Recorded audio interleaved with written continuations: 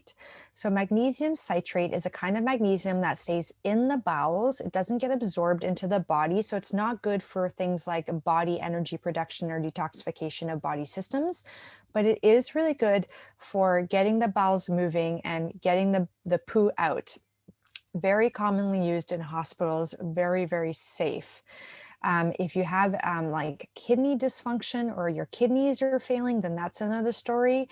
So if that's the case, let me know.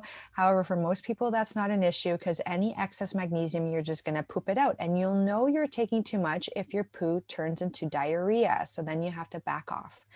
But let's say you're having an issue with your bowel movements and you want to get those bowel movements up, remember, because we want to really help detoxify the body, get those 2 to 4 bowel movements a day. So what you do is you decide if you want to add 200 milligrams of magnesium citrate powder to either your morning or your night. And you're going to play around with it a bit because let's say you add it to nighttime and then you have to wake up in the middle of the night to go to the bathroom. Well, that's not what you want. So you might then want to add it to your morning time. Or maybe adding it to your nighttime works out really well. You put it on your nighttime dose and then in the morning you wake up and you have a few good bowel movements through the morning, for example.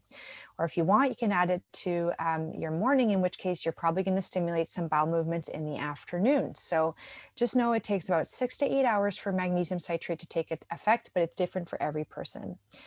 And you can increase that by 200 milligrams every 3 to 4 days until you hit your desired amount of poops per day.